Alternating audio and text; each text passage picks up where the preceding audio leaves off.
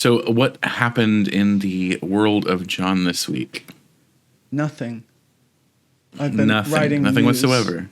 No, just news and solar. Pretty much. Mm-hmm. And any dogs enter the equation? Oh, you're talking about...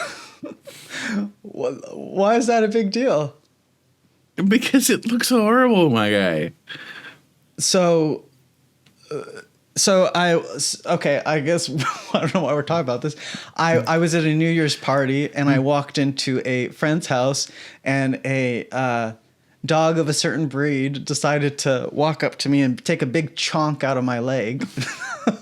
But I brushed it off. How is that not a big deal? So I didn't think it was because it's fine. It's just a bite. It bit you. So? Yeah, it bit you. Here's the picture. Look, that is a big deal. First of all, it's like black and purple and very obviously bruised, like badly bruised. I mean, like, come on. It doesn't really hurt. I mean, I work on the house all the time. I get scratched, I get cut, things happen. It's not a big deal. I thought it was funny because it looks like a tattoo here on my leg. It looks like I got a kiss tattoo. That's my problem. I brush everything off. I think that's my problem. I brush things off. That's why my friends, when I actually like cuss or get mad at somebody, my friends know that somebody has screwed up. Because when I'm mad at somebody or don't like somebody, like people know it's legit because I am just so easygoing typically. And I take pride in that. I take pride in that. I mean, it's a good thing to take pride in, but it's just like at the same time, you were bit by a dog, my guy. Yeah, whatever. You were bit by a dog. It's not the most interesting thing that's happened. What about when the Japanese police were chasing me down, apparently in Japan, because I posted a picture of Victini? You remember? What? I have so many stories, so many much better stories than that. Maybe this is why nothing phases me. I have so many crazy Pokemon stories from running this website. I mean, I could write a book. Anyway. But we have news this week. Yeah. We have news this week. So we don't have a lot of news this week, but we have some important news this week. Actually, let's talk about Battle Partners because... Yeah, I am still disappointed because we're getting regular reveals now, and regular I mean non-owner reveals, and it's just driving home that this set probably is just going to have those 4 trainers in it, Iono and Lily and Hop. So yeah. Anyway, was this Lycanrock any good?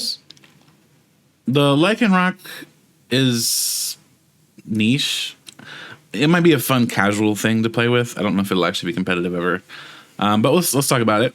So Lycanrock is a stage 1 Pokemon. It has 120 HP and evolves from Rockruff. It has the ability called Entangling Spikes. When you play this card from your hand to evolve on your Pokemon during your turn, you may attach up to 2 Spike energy from your discard pile to this Pokemon.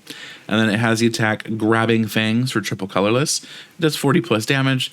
This attack does 40 more damage for each damage counter on your opponent's active Pokemon.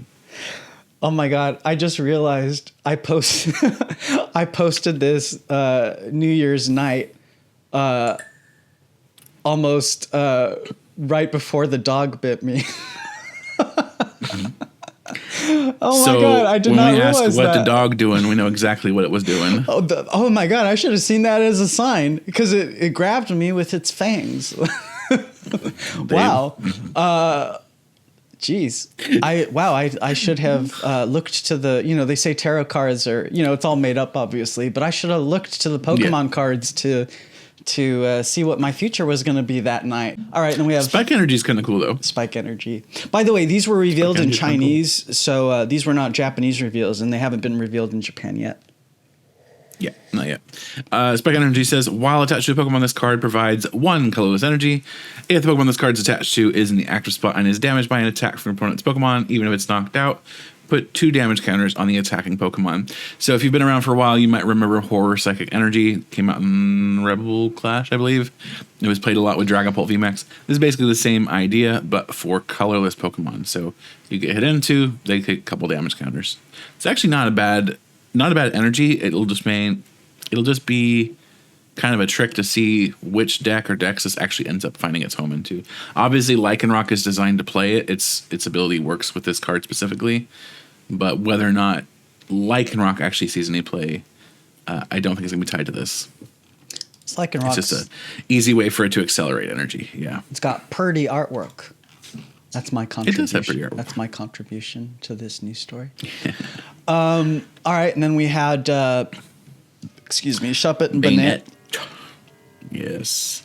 So Shuppet's not much to write home about. I do love the art on this Bayonet, for the record. I think it's really cool. Yeah. It's that super spooky looking Bayonet. There is the attack here, Cursed Speech. For the record, if you're not familiar, Bayonet evolves from Shuppet. This Bayonet has 90 HP. As the attack, Cursed Speech for a single psychic energy. Your opponent shuffles 3 cards from their hand into their deck, and then Spooky Shot. I can't speak today. Spooky Shot does 70 damage for psychic colorless. Cursed Speech is very interesting. I think people are underestimating how powerful this could be. Obviously, this is a could be, not a will be. You can do a 0/6 machinations, get your opponent's hand down to 3 cards, and then use Cursed Speech to take them down to 0. And then they're reliant on their top deck, which is pretty broken. So this could be an interesting card in Bayonet decks going forward. It could be complete bulk. We'll find out. I like the Shuppet artwork too. Is good. Yeah, it's good. I will say I think the one from Scarlet and Violet is better play wise. I think it's just a better attack and a effect for that attack. But yeah, shall we look at dun sparse? Dun sparse EX. That's dun sparse. Okay. Every time I see a new Dunsparce, I'm always disappointed because I remember the one from EX Sandstorm that we at the time always used in our decks to set up our field. It's because it would what was it? You get to search your deck for 3 basics, put them onto your bench, and then retreat and put out one of them or something like that. So, good old strike and run. Yeah, strike and run. So every time I see a Dunsparce, I'm disappointed. They did like not necessarily a rehash, but like a spiritual revision of that in Celestial Storm. Yeah. Mm-hmm. But it was worse, unfortunately. Yep. Yeah. All right, so Dunsparce here has the attack trading places. Switch this Pokemon with one of your bench Pokemon. I think that's actually not that bad of an attack. It's pretty good. It might warrant running this one in particular. And then Ram has, for 2 colorless, 20 damage. And then the reason we're looking at this guy here is obviously Dunsparce. Every time I think about I can't even say it. Every time I think about Dunsparce, I have to say Dunsparce, because that's how I like is it Beethoven? I think it's Beethoven. Anyway, for a single colorless energy, you have the attack Adversity Tail, which does 60 times damage. This attack does 60 damage for each of your opponent's Pokemon EX. So if they are a very EX heavy deck, or if they're an Area 0 deck that happens to be overusing their Pokemon EX, this can hit kind of hard. And then you also have Drill Break for triple colorless. It does 150 damage and is not affected by any effects on your opponent's active Pokemon. So this is basically a built-in shred. So 150 cuts through whatever. So this could cut through Mimikyu, for example. If you're worried about Mimikyu, this could do it. If your deck happens to be the one that runs the Dunsparce from Temporal Forces, I believe was the set, the one that lets you just whip it away into your deck and draw, this would be an interesting card to include alongside it, just because theoretically at least you could use this in some situations where it could be advantageous, either with Adversity Tail or Drill Break. So are we going to get the Dunsparce other form with the extra segment on it? Maybe. We don't know. Maybe. All right.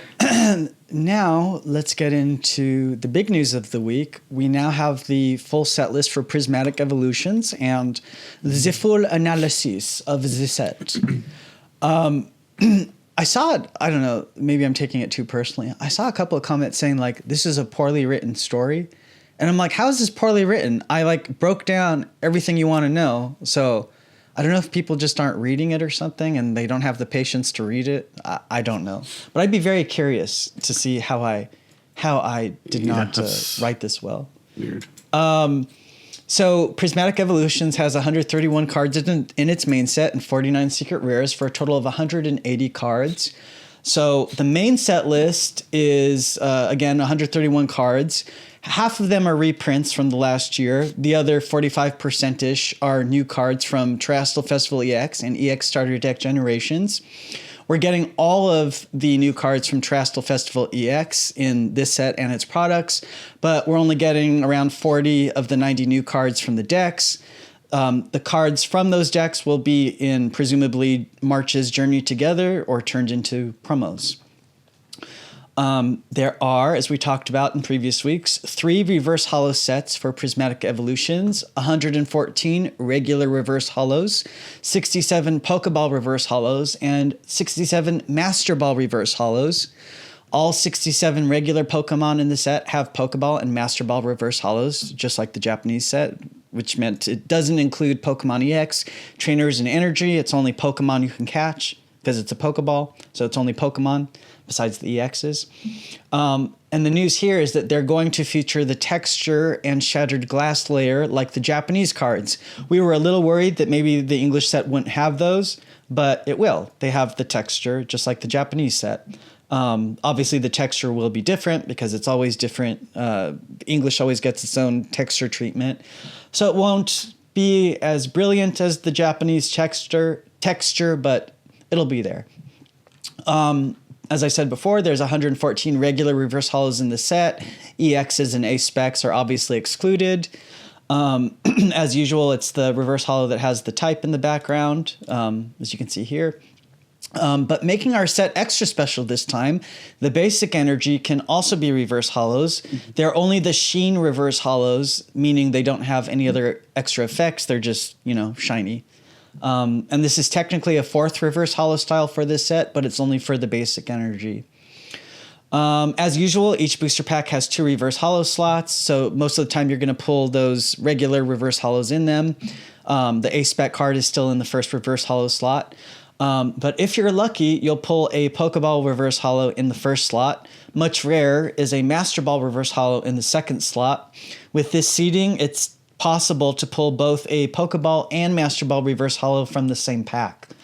So that's pretty cool, I think. In terms of cards cut from our English set, most of the evolutions from Terrestrial Festival EX have been turned into promo cards for our set's products. So these evolutions here. Leafeon, Flareon, Vaporeon, Glaceon, Jolteon, Sylveon. Since those specific evolutions have been cut, our set has replaced them with reprinted evolutions from the last year and the Sylveon from Japan's EX Starter Deck Generations. The same Espeon and Umbreon from Terrestrial Festival EX will still remain in our English set, so this means that, except for those two, the Japanese and English set have completely different sets of evolution cards. So these are the English ones, these are the Japanese ones, and the Espeon and Umbreon are shared between the two sets. Our English set also cuts out the EVEX Fruit Dessert card. It will be turned into a promo for the Prismatic Evolutions Super Premium Collection releasing on May 16th. The other EVEX in the set the other EVEX from Terrestrial Festival EX will still remain in our set. Since our set also integrates cards from EX Starter Deck Generations, we're getting Pokeball and Master Ball reverse holos of several cards that weren't originally available to Japanese fans, like the Suicune, the Houndoom, the Miltank. We're getting reverse holos, the Pokeball and Master Ball reverse holos of those, which Japan did not get. So we're getting additional cards, which is cool.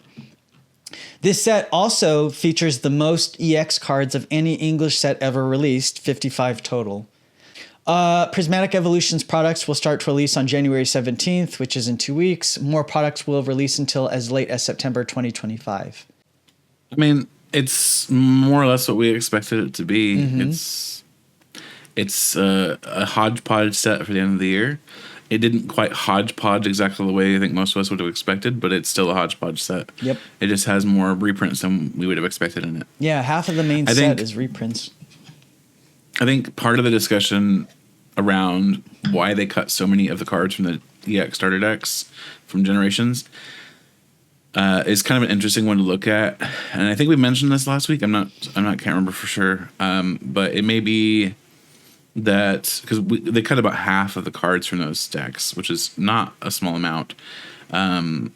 I think it may just be that they need more cards for Scarlet and Violet 9 for Journey Together. Yeah. Because the sources for that are just too small. It's only 100 without cards. The extra cards. 100 cards, and then Battle Partners. decks. Yeah, Battle Partners is about 100 cards, and then the decks.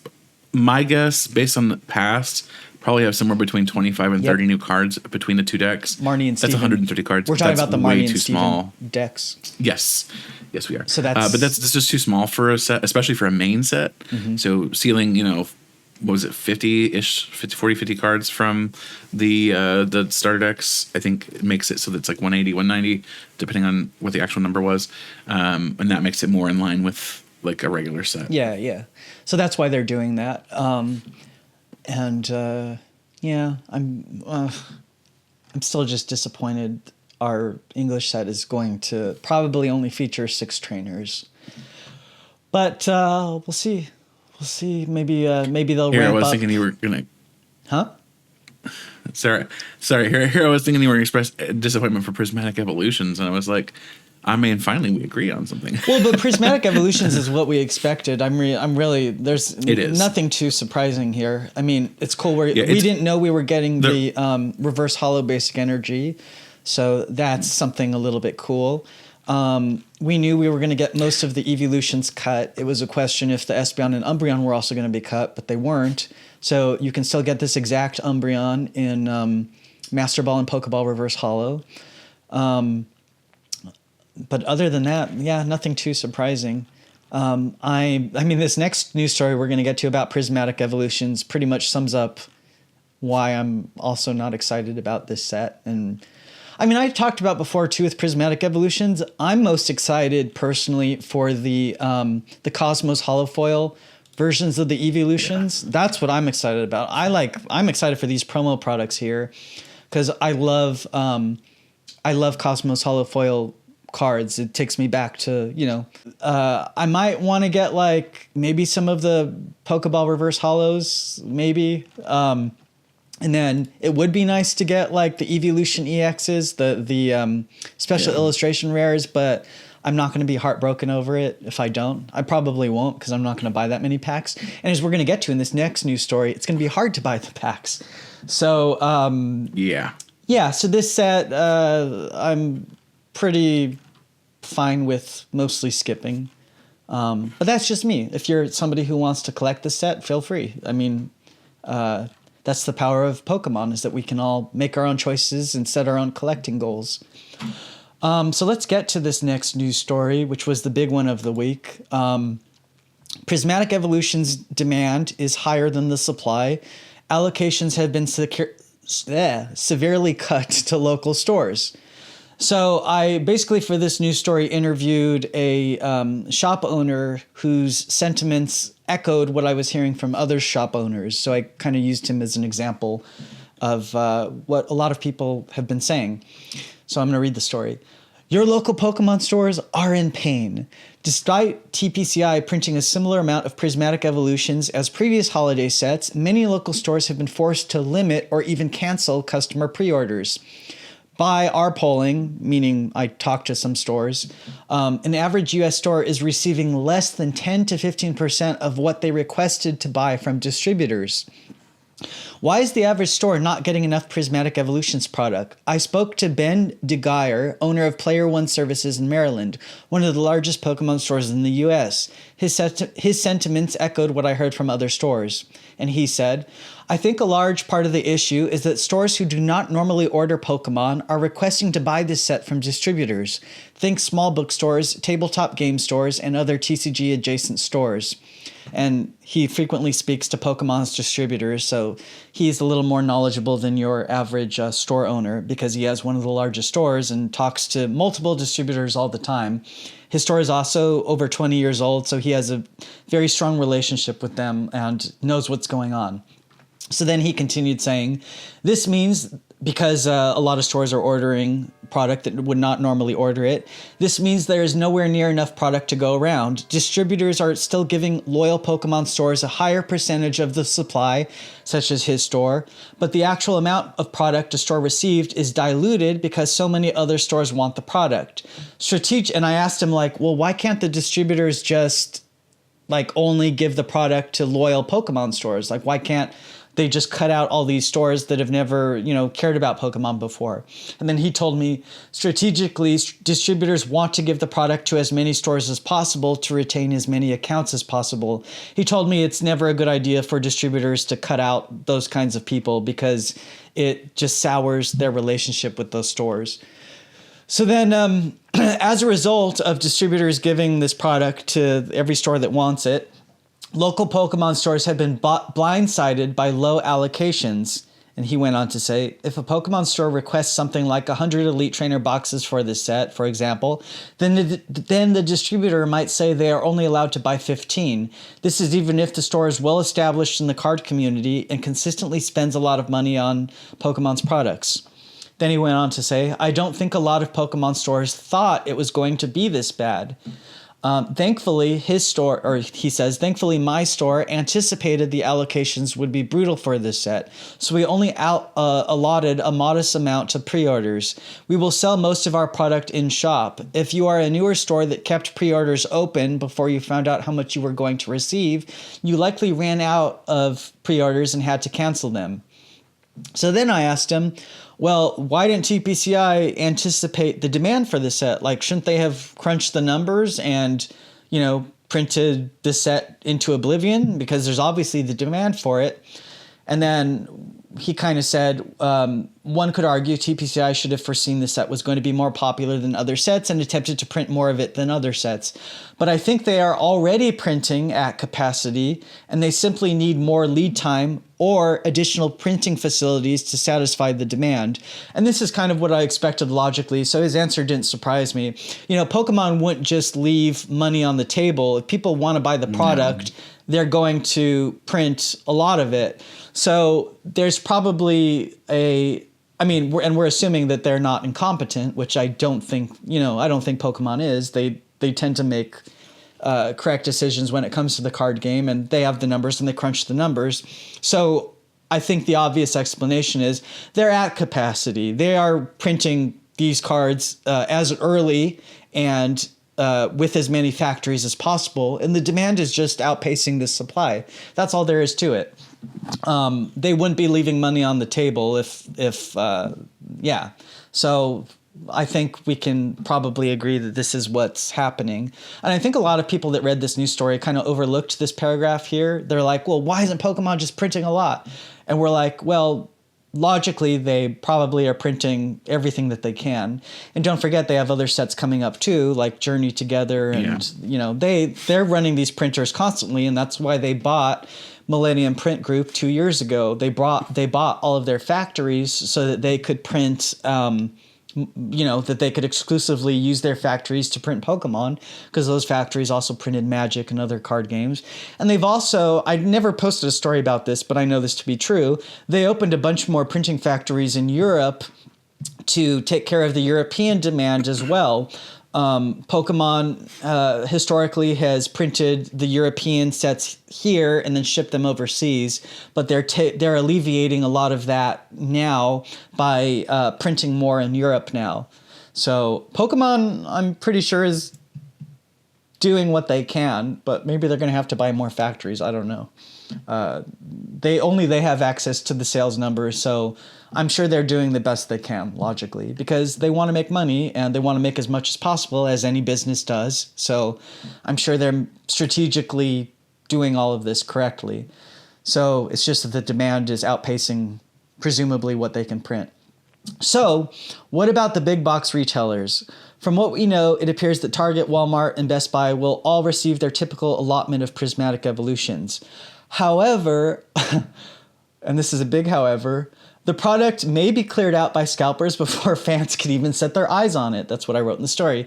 Currently, the Elite Trainer box for Prismatic Evolutions is already $127 on the secondary market. It retails for $55.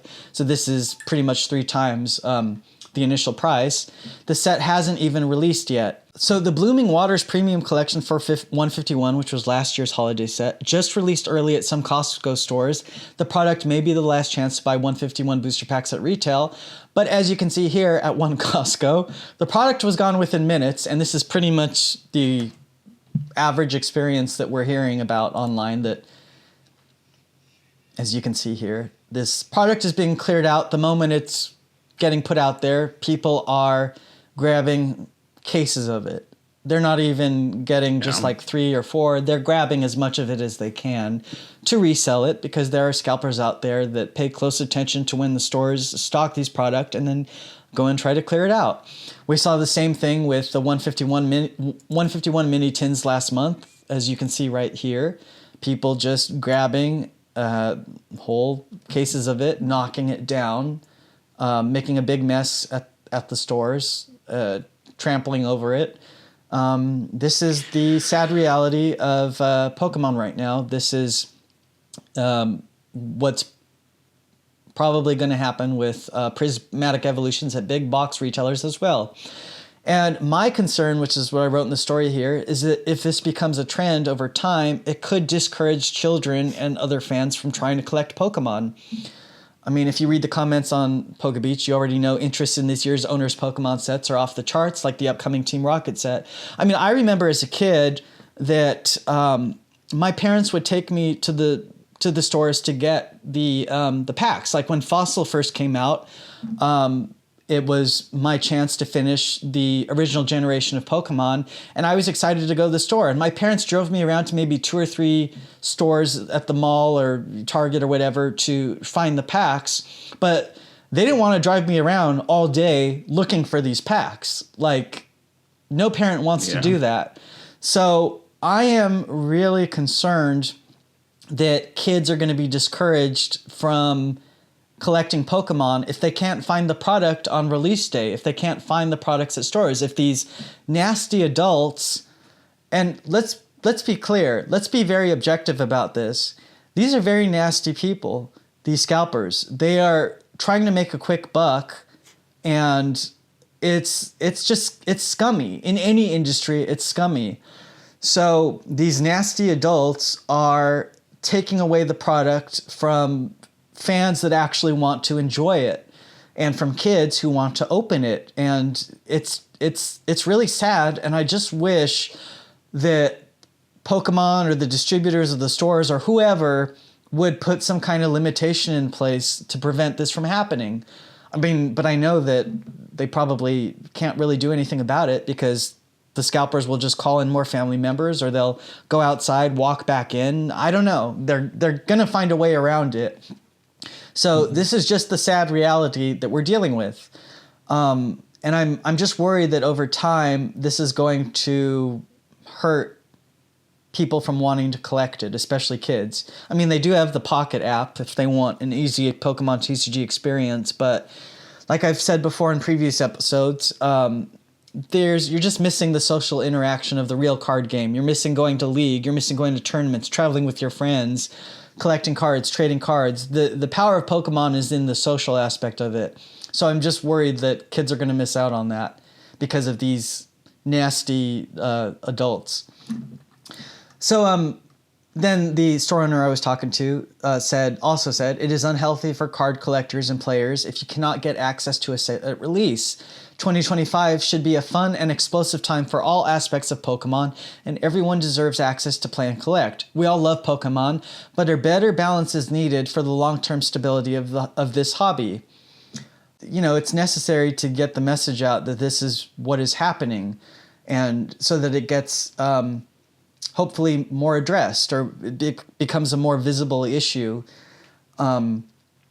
And then I go on to say in this story, which also a lot of people skipped this part of the story, or they combated it with inaccurate information. But historically, TPCI does not order new print runs of holiday sets. They only tend to release additional products with packs in them, like the aforementioned Blooming Waters Premium Collection for 151, or the Sea and Sky Collection for Crown Zenith. Those released after the main product lineup had released.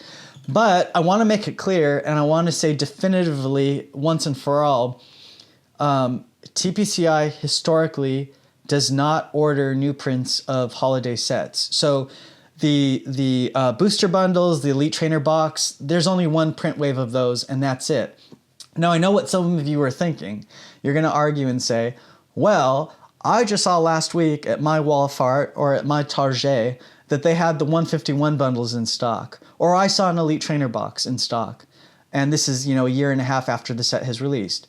Well, what you're actually seeing is the product trickling through warehouses, through the store warehouses, and getting put on shelves later. The stores have been holding on to these at their warehouses. They put out a certain amount of product, and then they bring out new product after a while that they are storing. Those are all from the initial print wave. TPCI does not order new print waves of product. You're just seeing it trickling slowly through the distribution system. That's what you're seeing. Now, there was one exception. It was for Shining Treasures back in 2021. They did have a second print wave. However, that was because the printing factories had been shut down during the pandemic, so they didn't get to print what they had originally intended to print. That was the only exception. Shining Treasures? Hidden Fates? No, Shining Treasures, wasn't it? It was during 2021. What is Shining Treasures? Sorry, Shining Fates. Sorry, what am I saying? Shining Fates. Should I reset? Sorry, Shining Fates. No, it's just, I was like, wait, what? What are I we was confused. I just wanted to make sure that we knew I what we were talking combined about. two sets. Yeah, okay. Oh, I know Yeah. I so know what I'm talking about. I can't even get the set names right. The logic is true. I said the wrong set. I mishmashed two set names together. Shining Fates. They all sound alike. It's hard to keep up. We had Hidden Fates, Shining It's all Fates, Shining and Chaldean Fate something. They're all so similar. Shining Treasures was the Japanese set. They all get jumbled up in my head. Sorry. Yes, Shining Fates. Right? Yeah, Shining Fates is what I was talking about. So yeah, TPCI does not go back and reprint these products. What they do is they release new products that have the booster packs in them. Again, being the Blooming Waters Premium Collection or the Crown Zenith Sea and Sky Collection. So we don't know. Again, this is all based off history. So TPCI could always change their mind. I don't know. I have no idea what they, how they make their decisions. But based off history, TPCI is going to the product that's out there right now that people have that has been allocated to stores. That's it. That's going to be the end of Prismatic Evolutions. And then if they decide, they will print additional Prismatic Evolutions products after the much later down the road that'll have more booster packs inside of it. But they could change up their strategy. I don't know. I don't have a crystal ball. But that's just historically how they have done it. And I saw a lot of people either skip this part of the news story or combat it and say like, oh, but I just saw 151 product at my store. And it's because that's just original stock trickling through the store system. So anyway, again, my concern is that this is all we're going to see of Prismatic Evolutions besides a potential additional product in the future, and that kids aren't going to get their hands on it. So that's what I'm concerned about. So yeah, Prismatic Evolutions will release on January 17th, its first few products, and then it will continue to get additional products throughout the year, which we've already announced. And then maybe in a year and a half, they'll get some more products that haven't been announced at this point. We'll see. This whole set release, it to me feels a lot like you were saying during the pandemic, with Shining Fates, with Hidden Fates, with even Battle Styles and Chilling Reign, like that whole time frame where it was really, really hard to get hold of literally anything Pokemon. Like scalpers would walk into Walmart, they would literally sweep the shelves with their arms, throw everything in the basket, check out sometimes, and then leave. And then that was it. That's all they would do. And you get these fans going to the stores, the kids going in for when their family goes shopping or whatever, then go to the card section and it was just empty shelves. I know my once local Walmart, it's not my local Walmart anymore, but the store that I used to go to, they had like a whole wall that was dedicated to Pokemon and Magic and Yu-Gi-Oh and stuff. And it got to the point where they just took the wall out because it was always empty. Same at mine. Exact same at mine. They still have it at my wall fart. You have to go to the customer service and they have it back there. And most of the time it's empty. They got rid of all of that. For that Walmart, they took it out it was about a year or two. They had no Pokemon cards at all at the store. And eventually they were convinced, I guess, to put it in behind their smoke shop. So like their the where they smell cigarettes. Yeah. So they have like a little spot there. It's like 4 or 8 feet somewhere in that range where they have just a bunch of collectible stuff and that's now all they carry. So their selection's way limited compared to what it used to be as a result of this whole fiasco with the pandemic printing. Well, the difference with the pandemic was that Pokemon literally didn't have the supply that they normally would because the factories were shut down because it was a non-essential business. So they shut it down. The problem that we're having now is that there's just so much demand. So it is a little bit of a difference, but the end effect is still the same, that scalpers are clearing out the supply that people want. So, I don't know. We'll see if this continues throughout the year with Journey Together and that Team Rocket set / maybe Heatwave Arena. Maybe this was a strategic thing to make all these scalpers go, oh, Journey Together is not worth getting, so that there would actually be product on the shelf. Yeah, conspiracy. # conspiracy. Conspiracies, yep. All right. So I think that's it for the week. We have this coming week, we're going to get more Journey Together card reveals. And we should have the official reveal for Journey Together itself, right? We should get the logo and some basic information for it this week. Yeah, we're going to get... Oh, sorry, I was talking about... again, I'm getting the set names mixed up. We're going to get more Battle Partners reveals this week from Japan.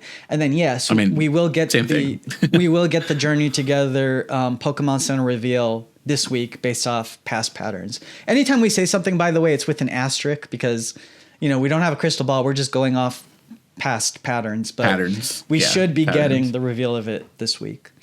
All right, so if you made it this far in this episode, you should comment.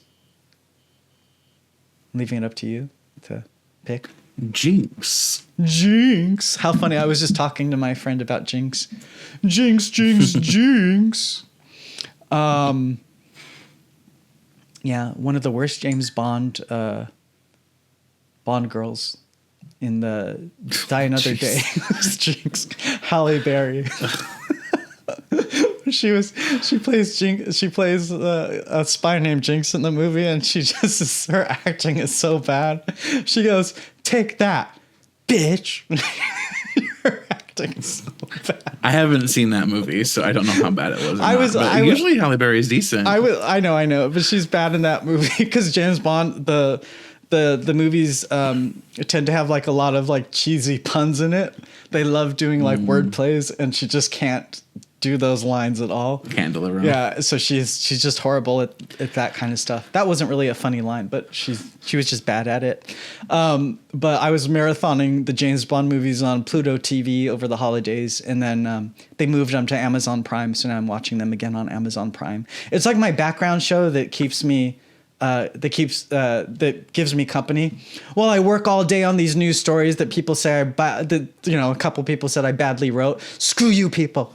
I spent hours on those stories listening to James Bond in the background, and then I get those comments from these.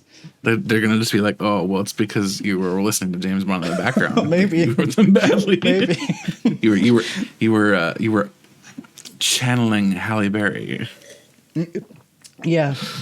I did say I had a line at the beginning of the story that said, this is unprecedented, but taking out the middle part of the word unprecedented with the word set.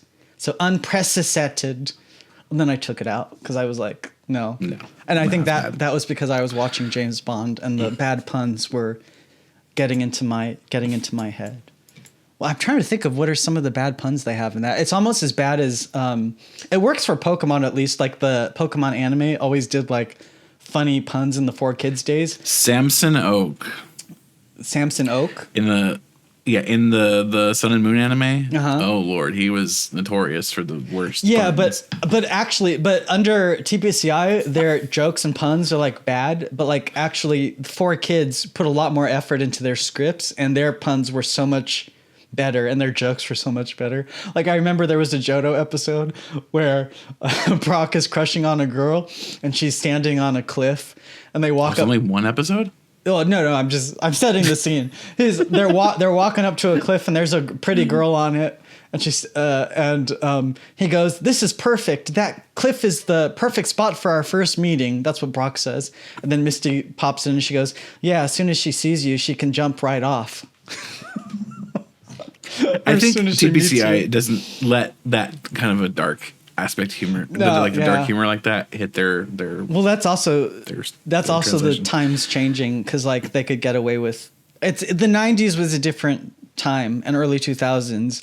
Now the parents. Well, I guess like the parents complained back then too, but now we have social media where people can find each other that have like these sort of fringe tastes or beliefs, and they find each other and they can blow up things, and then all of a sudden it feels like it's a much bigger deal, even though most people probably don't care. So today it's like it's all about image and things, and you have to be careful with social media. That's also why Big Brother sucks these days, because like Big Brother, reality show on CBS, it used to be so good because people could just say what they thought, and you didn't have to worry about blowback on social media.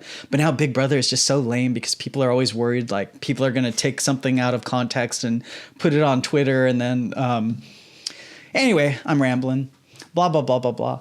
I have a film background, so that's why I bring these things up. Anyway, yeah. All right, so if you made it this far, what are we commenting? Oh, Jinx, sorry. Jinx. Sorry, I forgot. And I guess that's it for this week. We will see y'all next week. We hope you have a good week. And good luck out there trying to get Journey together in 2 weeks. It's going to be... Best of luck indeed. Yeah, what did they say in Hunger Games? Prismatic Evolutions. What did they say in Hunger Games? May the odds be ever in your favor. May the odds be ever in your favor. Those of you who are trying to collect it. And maybe I'll do a follow-up story to see if the reality matches what we're seeing. We'll see if the demand, if the set is just gone. We'll see. All right. Have a good week. See y'all next week. Be sure to like, comment, subscribe, do all that fun stuff. Adios, Arya Doses.